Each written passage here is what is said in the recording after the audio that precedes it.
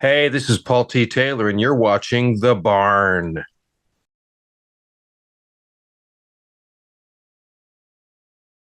Hi, and welcome to the barn, live from the barn studio. You got the Mox and Brett here, and we're joined online via Zoom right now with Mr. Paul T. Taylor. Paul, how are you today? Peace. I'm good. I'm good. How are you guys doing? Doing really good. Thanks for joining us. We are excited about you coming into town in a couple weeks. You're going to be at the Toy Man Show at the Machinist Hall in pretty much the greater St. Louis area, July hmm 13th. General admission from 9 to 2. Adults are only $5 to get in, and 16 and unders for free. So this is going to be an awesome event, and we're excited to have you in town, man. Thanks. I've been to this event before, and I had a blast. I remember I bought a Freddy Krueger glove, and it had to be mailed to me because it was, authentic and very sharp. Yeah. But it was a blast. I think I met. You guys know Little Daryl, who's no longer little. He was this kid who used to impersonate Daryl Dixon from The Sounds Walking very Dead. familiar. Yes, this sounds very familiar to me. Yeah, he's tall now, but he was new to it, and he's just this kid is like, "What are you doing?" But he got, I think, pretty famous in the convention circuit. I don't know what else, but that was pretty cool too. It's fun. Those conventions, man, they get out of hand sometimes. Like some of the best cosplays I've seen, like some more killer stuff that I've seen there than I have on film, to say, if you will. Yeah, Yeah, they, yeah, oh, they go hard on that stuff. Yeah. absolutely. They spend some money, or they just so creative that they just nail it. I mean, I'm kind of, if I did cosplay, I would be the same way. My Halloween costumes were always like had to be spot on, and now occasionally I'll put together a costume, but it not nearly as often as I used to. But yeah, that's really cool stuff. I've seen some really good pinheads, male, female, genderless, whatever. Man, and other, all kinds of characters. And half of them I don't know because I'm not really up to date on a lot of horror and anime stuff, but it's fun. And the toys, man, I love toys. So Oh yeah, hey, check this out. I brought this. woohoo! Oh, that's sweet. I know it's Which Doug. one is that? That's Doug from the original one, the first one in '87, I believe. Oh, is that the NECA? That's the NECA. Yeah, Yeah, I yeah, was, I, was I worried have about that. the puzzle box on the way over Mhm. here. Yeah. It's too small to find. Yes, I have that. I have all of the You better. Hellraiser action figures, including the really tall ones that talk, and the Chatterer that chatters, and the Dr. Chenard. And when I Yeah. first got Pinhead, I mean, I already had a few. They were keeping it a secret that it was a Hellraiser movie, although I already knew because I was originally auditioning for a different role, and his first line in the sides was, Mr. Watson, come in. We have such sights to show you. And I'm like, this is a Hellraiser movie. So my Nice. initial audition, I took my figure just like that, and the puzzle box that you would put together by collecting all the action figures, and they had a separate piece in each one. And I pulled it out of my bag. I was keeping it a secret too, but once I got in the room, I pulled it out, and I'm like, I know this is a Hellraiser movie. I don't think it hurt that, I was a Hellraiser fan to begin with. I'm sure Gary Tunnicliffe loved that. That But was the question that I had. I was like, come on, you have to be a fan, obviously, if you were even auditioning for a role in that movie. absolutely. But I don't think anybody else who was auditioning realized it was a Hellraiser movie because Oh, they they were were just going they in were they were blind. just they were just calling it Judgment. Okay. Oh, Okay. okay. But the description of the movie had something that blah blah blah blah blah into a spiraling maze of horror, and I'm like, wait a minute, that sounds familiar. And then Oh, I read that first line, and I'm like, definitely a Hellraiser movie. yeah. So Yeah, I we're love. we're talking about, conventions and your appearance, upcoming in a couple weeks. The horror fans and the horror community, they're such an intense and deeply passionate fan base. When Yeah, I love you, them. when you go to these conventions, what's your experience like interacting with them? And like you said, you're a horror fan, but they go deep into the weeds of it. They do. They know it better than I do, but it's pure love, It's just that we all have a geekdom or a nerd, whatever you want to call it, a passion, and or a hobby or whatever it is, and when we're into it, it's it completes us, and it makes us so happy. And I get nothing but joy at these conventions. I mean, there are the occasional, well, Doug Bradley, blah, blah, blah. The you get. I rarely get a hater who's going to come up to my table, because most haters are only haters online. But when they see you in person, they're like, "Oh man, you're so good. I love your movie." They're just whatever. But I'm so grateful, and it's so crazy and weird that I have this status in a very particular. I mean, you can just be a horror fan and hate Hellraiser, but if Hellraiser's your favorite and Pinhead your favorite, and maybe I'm your favorite Pinhead, because it happens, it's just like, whoa, this is so cool and almost stalker like, but not really. I don't have any stalkers, but it's fun now until they get out of hand, maybe. Yeah. Because there have been several other Pinheads besides yourself. There have been 4 total. So okay. So going back, so that is a horror icon in my mind and a lot of other people's minds. So now Pinhead, the character of Pinhead, you mean? Jason Voorhees. There's been several Voorhees. So many. So many. Have you had the pleasure of meeting any of them, like CJ or Kane? Yep. Or I've not. I don't think I've actually met Kane, but I've met CJ, and I've been at a couple. I mean, he knows me. We're friends. We've been at a couple events together. He's so in a movie with him. He's so nice. He's like basically a rancher, kinda. I think. I don't know. I think he lives in Wyoming or Colorado. He has a farm, I think. Sounds like I don't. My memory. All I know is he has a big place with lots of land, and he loves it there. So you were in a movie with CJ, correct? I was. I think I watched it last night. Was it perhaps a Jason fan film? Yeah, the Vengeance 2. That one, yes. Hey, yes. So guess what? That was fucking killer. Like, thanks. Both in all ways. Yeah. Dude. So how did it feel to have your wrist broken like that, man? And then just doused in that campfire? Because that was the best, almost the best kill, man. Yeah, almost. What do you mean? No, I'm kidding. Yeah, that was pretty cool. There were some brutal ones in there. I thought it was pretty funny though that I mean, I have this little knife, and I think I'm gonna I have this little knife. Yeah. It's pretty funny because the dummy that they used to actually had this big healthy head of white hair, and I am pretty much bald on top, and I don't know how long my hair was at the time, but to me it was hilarious. But I don't think the audience, because you could see in the shot whenever the chick comes in and sees him just shoving it back and forth into the camp. It's like this big white mop just going. Yeah, it's like, wait, that's not his. But whatever, it doesn't matter. Maybe his hair served his purpose. His hair turned white from fear. I don't know.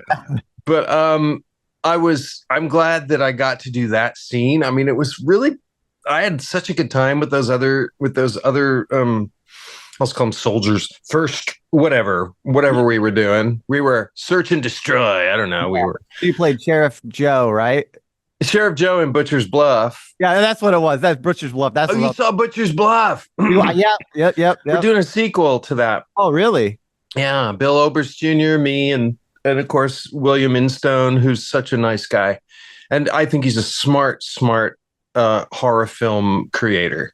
Yeah. I just think when I saw the screening of that, I just laughed the whole time because all he wanted was to do a tribute to an 80s slasher film, and I thought he got all the tropes right. He did it exactly right, and he created a new iconic horror character. And I've seen some impersonators. I've seen some other people also doing a Hogman type, but I just think it was just fun to do, and we set it up for a sequel. I hope the sequel happens. I think it's going to. There's another movie he's working on right now called Goldilocks, and I'm going to be in that one as well. But I have a good time with him. So did you enjoy the film? Of course I did. Yeah, I did too. I liked being on Oh, it. that's good to hear, man. Like, Yeah. yeah, I thought it was I was just going through going, what can I watch that I haven't seen yet? And I was like, I yeah. had seen Vengeance 2 before, like Hmm. on YouTube, because I When it couldn't was, watch it on any streaming thing. So I was on YouTube and I was like, oh, yeah, where I've seen it. absolutely. Yeah, it was newer. Have you seen The Torturer? I don't believe so. Oh, you should look it up. I will. It's pretty wild. It's Yeah, pretty wild. It's a shorter film. It's not technically a short film, but I star in that, and it's pretty wild. It's nuts. It's those are like micro budget. yeah, where you can knock something out like Yeah, that's short but it gets to the point and it's fun to do yeah. quickly. Yeah, that We makes shot it in a room of a recording studio, and there was a band next door. Am I frozen? I think I'm frozen. No, no. Are we good? You're good. Yeah, Okay, you're good. okay. And they came in while we were shooting the second day, and they always rehearse on this day. They wouldn't shut up, so we had to film around that. That sucked. But it was basically just the studio, and then we shot a scene in a garage, and that was it. I yeah. mean, it's all very it's in my head. Yeah. It's in my Weird it's pros like that. like You this. still there? I am here. Are you guys Oh, there you're there? back.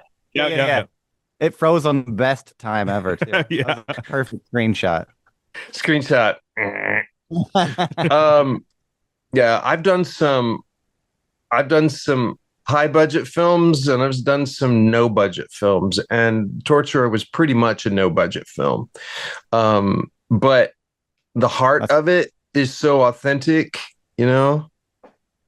Yeah. And the guy who directed it, Joe Manco, he's a Dallas filmmaker. He and his wife Catalina are the biggest Clive Barker fans in the world.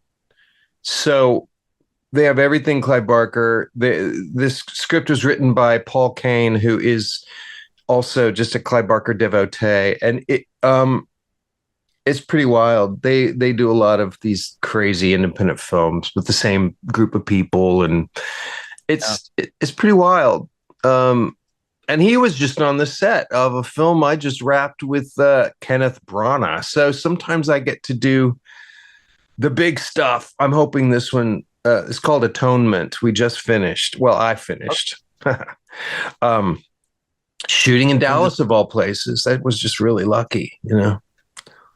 Do you approach those any differently? Something like an indie film and then a big budget film, or is it the same process for you no matter what? Well, it depends on the size of the role. I mean, I had one day on Atonement, whereas with the lower budget films, I tend to get larger roles or even starring roles because, you know, I'm not Kenneth Branagh.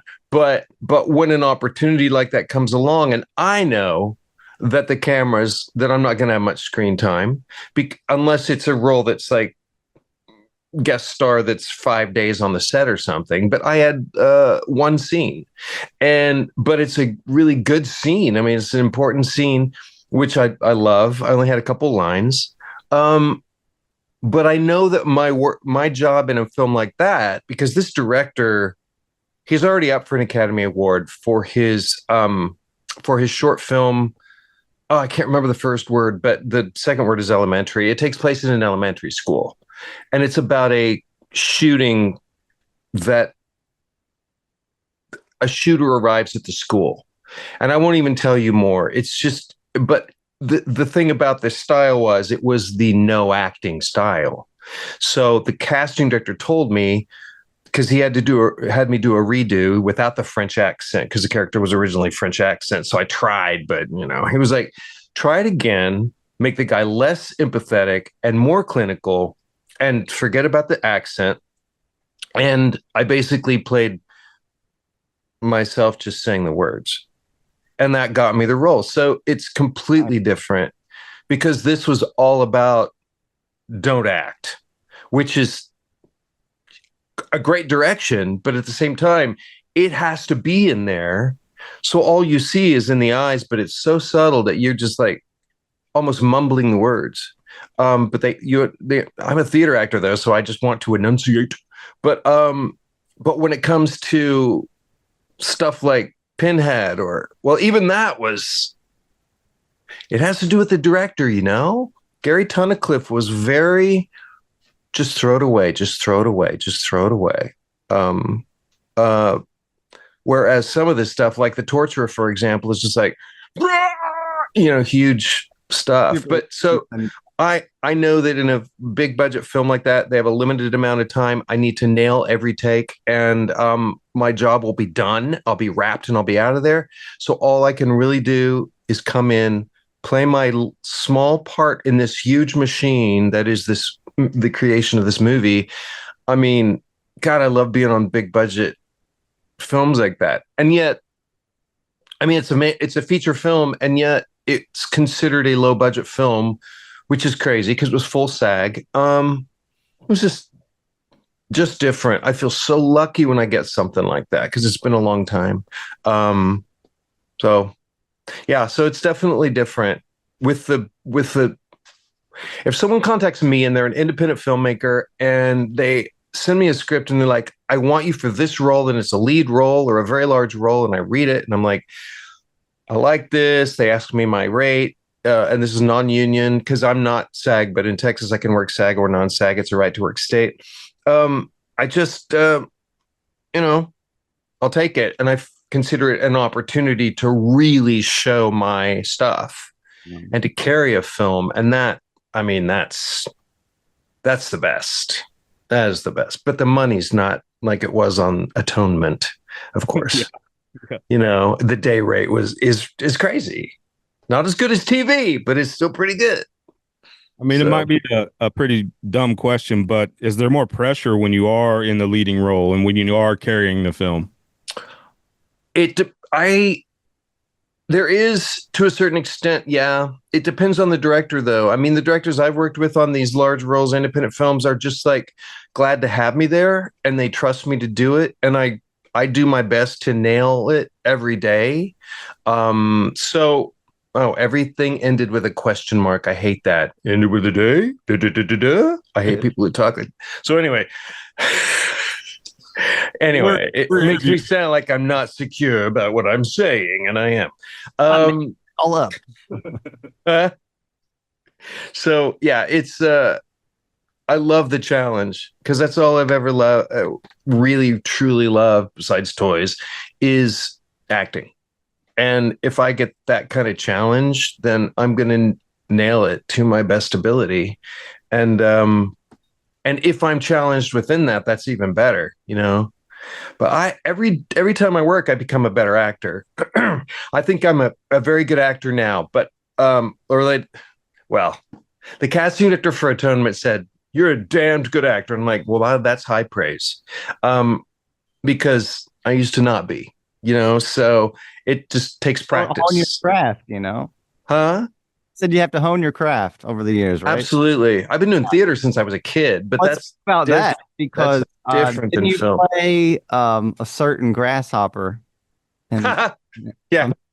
What was it? I've played the old green grasshopper. The giant peach, right? Yeah. Yeah. I've played that part twice now. It's ridiculous, but I loved it. It's just, I'll never do it again. It's really physically tough. Yeah. We're acting inside. There's 5 of us, or there's 4 insects, and then and James, and we're all inside this peach on stage that's not really big enough. And there's kneeling down, and there's stairs, and I'm of an age where it can hurt. I did get pretty good at maneuvering, but and that was a challenge. Children's theater is easy when you're young, I will say. It was a very physical role, and but I enjoyed it. I love children's theater. I think it's a very important art form, and I can do a serious play about AIDS or about rape or about incest or any of that kind of thing, and I take it very seriously, and it like hurts me. And by the time it's over, I'm so glad because it's so depressing because I've just invested, all the actors just invest themselves in it. And it's like, oh, I don't like this pretend world we're living in. All right. But when it comes to children's theater, it's like you're there to enrich them, to enrich their lives, to maybe turn them on to theater, to just, and I think there's a lot to education through theater and any of the performing arts, actually.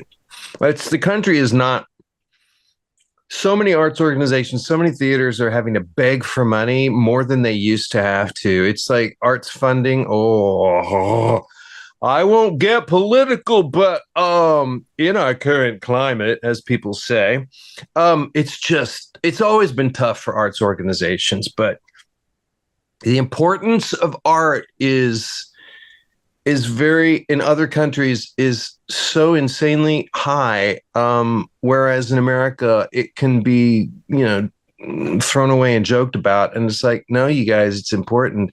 But but I also come from a place of being an artist, so I'm a little biased, a little bit.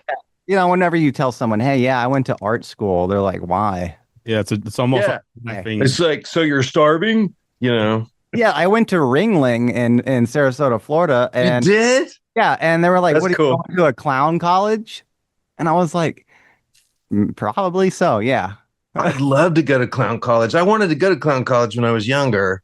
I thought I would have been a good clown. I am a clown. Never too late, man. It's never too late. I got the hair. I won't go into that. I've been letting my hair just get crazy because I'm tired of looking like a conservative white asshole. Hey. I want to look like a crazy person. Yeah, because I am one. So why not be insane? And I'm getting some offers for some really great. I mean, do you guys know? Go ahead. Sorry. Tom Devlin. He the special effects artist. Yeah. Yes, he has a horror museum in Vegas. Yeah. He's putting together a film that he's asked me to be featured in, and I'm just like, I'm really excited about it. But it's this weird, otherworldly, mysterious, possibly evil entity who just shows up, but he looks completely human, and it's just like stuff like that where you can do anything with it. And I'll probably have crazy hair because I just like being the roles like that. Then of course, looking like a madman. I want to play Renfield. See, I got the pleasure of meeting Tom. I don't know, maybe 15 plus years ago in a convention in St. Louis. Yeah, and it was right after he did the stint on Face Off. I love Face Off. Yeah, I wish they'd bring that shit back, man. I do too. It's so good. But he had all the Puppet Master original screen use figures there on display, and I was like, oh shit. And I think he worked on one of the latest Puppet Master movies. I think, yeah. Probably the Littlest Reich, or whatever it was called. Yep. Reich. You'd think I'd know how to say that word. I'm not saying anything about my personal feelings, but no, I'm kidding. I'm not going to go there. People are going to take that wrong, and I was just joking. Okay. Joking, guy. You got to put it out there. I'm just kidding. Joking. I was joking. I actually got humor. I got a question about that because we're big comedy fans too, and we're talking a lot of horror, Hellraiser. But I gotta know, if you have any Bernie Mac stories. I know you worked with him. I do. Yeah. So if you could talk about Bernie Mac and just being a huge fan and just his importance to comedy in general and stand-up comedy in particular. He was amazing. God, what a sweetheart. He's a sweet, sweet man. He was a sweet, sweet man. May he rest in peace. I think that Soulman was his final film. I'm not sure, but anyway. So we were on this set, and I'm playing, the manager of the Peabody Hotel, and he and Sam Jackson and a couple of the other people who are stars of the movie, they come to get a room, but I won't let them in because they 20 years before, when they were on tour as younger men, they tore up the hotel because they're crazy people and musicians. And, and we all know the musicians are insane. So we have this scene at the desk, and that Bernie was just like, he was fun, but he didn't really, he was just playing his part. It was the other scene, though, where I bring out the bags, their bags, because they're being kicked out of the hotel. And I just was like doing it. I was just bringing them out. It was like a long shot. The camera was pretty far away from me. I didn't get close up on that one, but obviously how many ways can I say that? So I come out the doors, and I just throw down the bags and I go, and I walk back in. And he just, every time I do a take, and he'd go, no, make it snootier, make it. He was like, he wanted me to make it really prissy, which I have no problem doing that. It's like somebody has to give me permission or tell me to do it. So I go out there. So he was basically giving me more direction than the director, and then they really got a really good sound of me going, and I think it was really a good stinger for my character, because that's the last time we see him. But he's funny, and just the god damn it, just the way he says things, motherfucker. It was just, I loved watching him on that set. It was a hoot, because there's another scene where he and Sam Jackson are fighting in the hotel room, and I just show up and I'm like, oh God, call the police. Watching them do that scene, it was amazing. He's a lot of fun. He laughed a lot.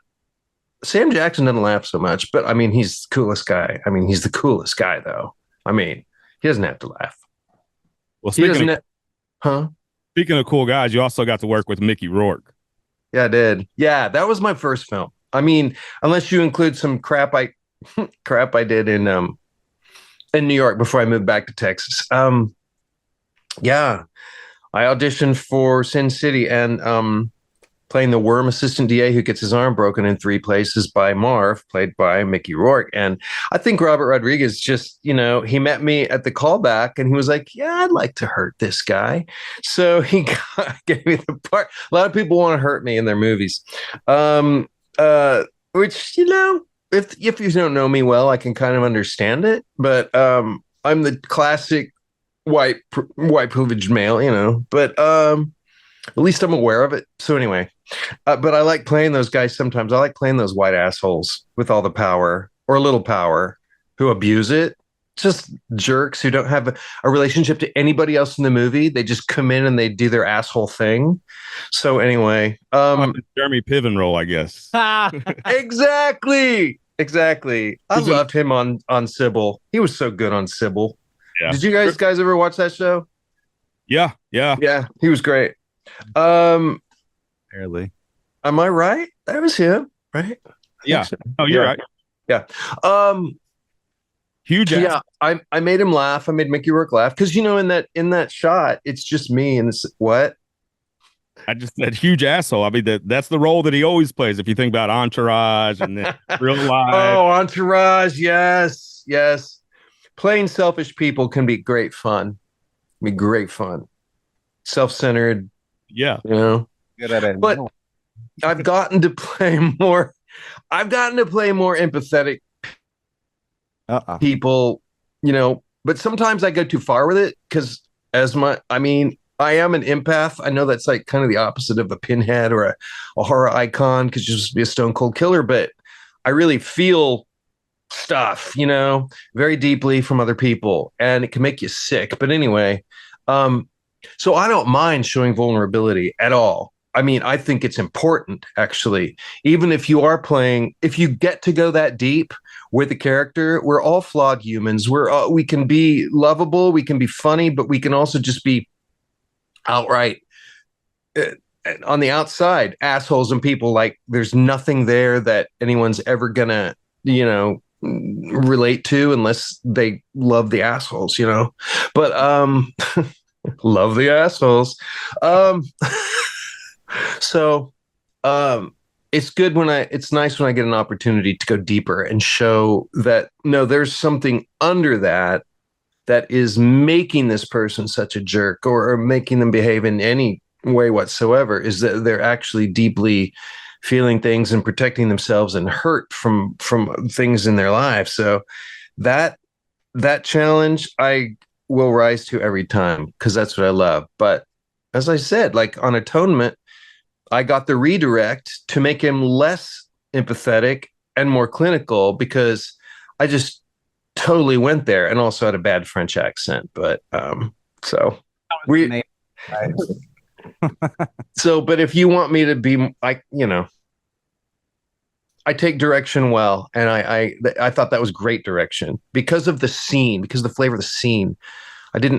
there could be a reason behind why you're asking this guy, if being in the war and coming back, what kind of, he's talking about his going through the black market to secure medication because veterans don't get the help they need. Obviously, we all know that. And so I'm like not really believing him, or I do. I know a little about it, so I'm just saying I can understand. I can only imagine where you come back with. Not only the physical but the psychological, emotional, and that's basically my part in the whole scene, is to bring that up with him, to make him react, and then talk about it, because really he is the star of the movie, and it's all about his story and his experience. It's based on a real story. God, I'm just going off on atonement, aren't I? But no, but it was I think it's gonna be really good. And Kenneth Branagh is playing a reporter who covered the story. It's called Atonement for a reason. I have yet to read the whole script. I do have it, but I didn't get the whole script until I wrapped. And then I'm like, oh, here's the script in the dressing room. I'm just going to take this so I can read this little movie that I'm in. But looking forward to that. I don't really remember the story, but it's a story of, this soldier killed some family members, and he's trying to rebuild himself, and so find these people and ask for forgiveness and make atonement. It's going to be really heavy. Anyway, I want to touch on. Can't wait. I hope it's a huge deal. Yeah, absolutely. I want to touch. Am I frozen? Are you guys frozen? Did we freeze? You're frozen, but we can still hear you. You're just frozen. You look like so bored. Can you hear us? Okay, you guys are frozen. I don't know when it happened. There you are. I can't hear you. We're still frozen? I should probably get on my phone. What do you guys think? We're not frozen on our end. You're okay. Not, and we're not. So I didn't freeze. You froze, but we can still hear you. So you're still good. Okay, cool. Okay. All right. I won't worry about it. Because that was a monologue.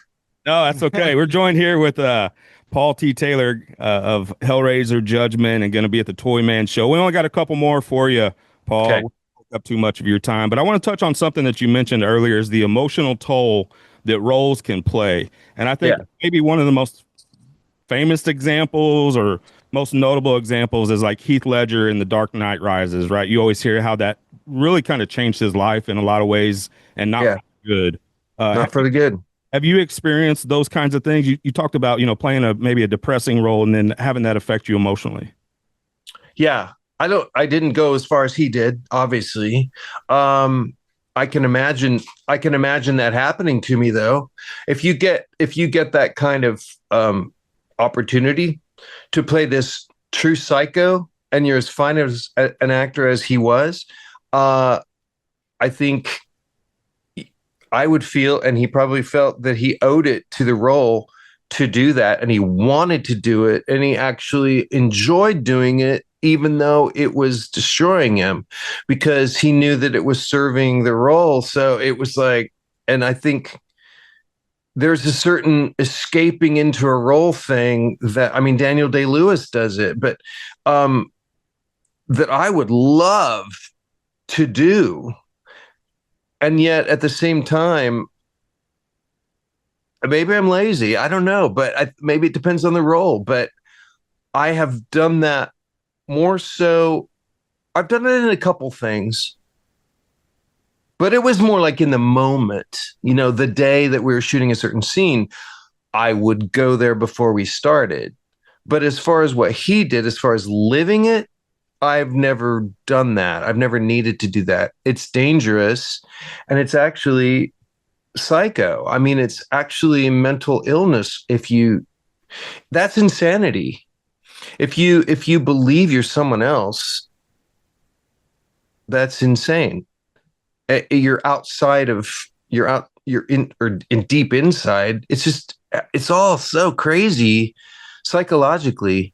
I do it though. Like when I did a stage production, very good production of The Diary of Anne Frank. Living that is so freaking depressing and scary. And I mean, you're as an actor, you know that it's not real, but at the same time, what's happening to these people and what happens at the end of the play is just like, okay, and then they were murdered. You know, it's the fear. It's really because the desperation of that and needing it to be real in your heart, so that the audience gets involved with the story. It's so important. You can't just say the words. You have to have an emotional investment in it. I did The Normal Heart several years ago, a stage production of that, and that's about the AIDS crisis. And it was just, oh my God. That was freaking depressing because this guy, it was based on Larry Kramer, who was a oh my God, very outspoken. He lived in New York City and all his friends were dying. So he goes to the New York Times and he's trying to get help. And of course, everyone's ignoring him and the president's ignoring it and all that stuff. So it didn't help, though, that my dad died while that show was running. So I'm doing a play about death. And anyway, so I don't like doing plays like that anymore. It's too much. I want to do comedies. Yeah. I want to help people feel good. I mean, it stuff like that helps people process, and it tells the truth, about how horrible life can be for humans. But it's like, oh my God, cruelty is everywhere, and even the cruelty in horror sometimes, if it's bloody, it's just like, I don't want to watch that. I want to watch psychological horror. That's what I want to do. I want to do psychological horror, and I don't need a bloodbath to go with it. I've done plenty of bloodbath stuff. Obviously, I played Pinhead. Hello. But I did Vengeance too. Hello. But I'd rather have a good story that's well crafted and clever, and those are kind of hard to come by, it seems like. But they're, different strokes for different folks. There's so many different subgenres of horror that I'll do any of it, but I'd prefer not to be murdered shortly after my character's introduced. I hate that. It's like, am I not Final important? guy. Huh? Be the final guy rather than the final girl. I'd like to be. Yeah, Yeah. right. At least I didn't get killed in Butcher's Bluff, so Yeah. I can come back and still be kind of a bad guy, actually. Yeah. Who knows? Paul T. Taylor here on The Barn. We're excited you're going to be coming into town at the Toyman Show at the Machinist Hall in the greater St. Louis area, July 13th, and we're going to be there, so we're excited to meet you. What can the fans expect? Will you have things that you're going to sign? Will you have things that you can sell? What all will you be bringing with you or have available at the show? Yeah, I'll be bringing 8x10 photos. I'll be bringing larger photos, and I'll be bringing posters, some really cool original stuff to sign. Also, I will have some puzzle boxes, some of the lament configurations from Trick or Treat Studios. I will also have, I believe, I got to check my stock. It's been a while, but I'll also have some of those that you can, the puzzle boxes that actually are that you can pull them apart and put them back together, and they're a different shape. That's kind of cool. I don't travel with pops because they're so hard to find and hard to travel with, and actually too expensive now because they've been discontinued. They're vaulted, so I don't bring those. What else? I have some brand new. These are really cool. They're German, a German release by Turbine Median. There are 3 different versions of this media book and 4 different versions of the steel book of specifically Hellraiser Judgment, and just beautiful, beautiful releases. And the books are written in German, you can watch the film in German or you can watch it in English, and you don't have to. Yeah, it's right there in English as well. They're 2 disc sets, one with the movie and then one with special stuff, and it's really, really cool. And those are new. I'm actually going to Germany August 1st and 2nd to because of that release. It's going to be really cool. What else? I think that's about it. That's all I can remember right now. It's hard to travel with stuff without it getting down. Oh, I have t-shirts. Hello. I have two different designs of t-shirts that are really cool that were created by a friend of mine named Spade. That's just, you can find him on Instagram or Facebook, Spade Design or Design by Spade. He does these character design t-shirts of different characters, and he'll come to a convention and he just gave me one once, and I'm like, this is really cool. So I ordered some more in 4 different sizes, and then he came up with another one that was a puzzle box that like has this glittery and they're really well made. So I'll be bringing t-shirts as well, and I have Pinhead soap, but that's just a joke. But I do have soap as well that I had created by a soap maker in Austin, who I met in New York. But anyway, so lots of stuff. Soap for the ladies, whatever. Some people at conventions don't bathe. So it was just sort of one day I'm like, I should get some soap made. Very true. To amuse myself. And hey, I just want to mention that Brett here is actually a filmmaker, so we'll be dropping at least one script off for you at the table. We'll see That's awesome. Cool. Yeah. Cool. I will read it.